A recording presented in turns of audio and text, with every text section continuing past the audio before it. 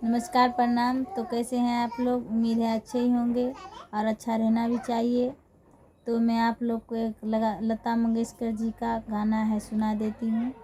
अच्छा लगे तो ज़रूर लाइक कीजिएगा। उनके जैसे तो मैं गा नहीं पाऊँगी, लेकिन मुझे अच्छा लगता है इसीलिए मैं गाती हूँ। आप लोग सुनिए। लग जा गले के फिर हंसी रात हो न हो,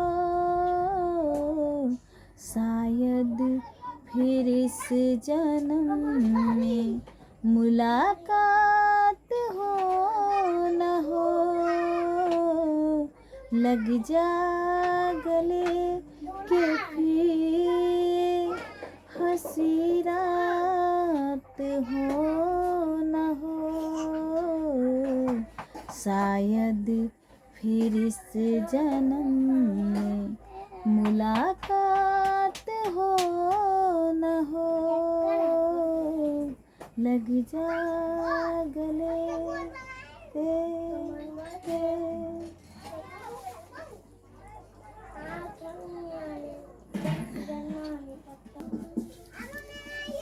हमको मिली है आज ये घड़ियाँ नसीब से,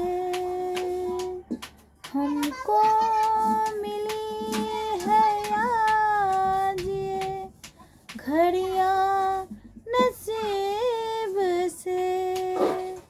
जी भर के देख लीजिए हमको करीब से, फिर आपके नसीब में ये रात हो न हो,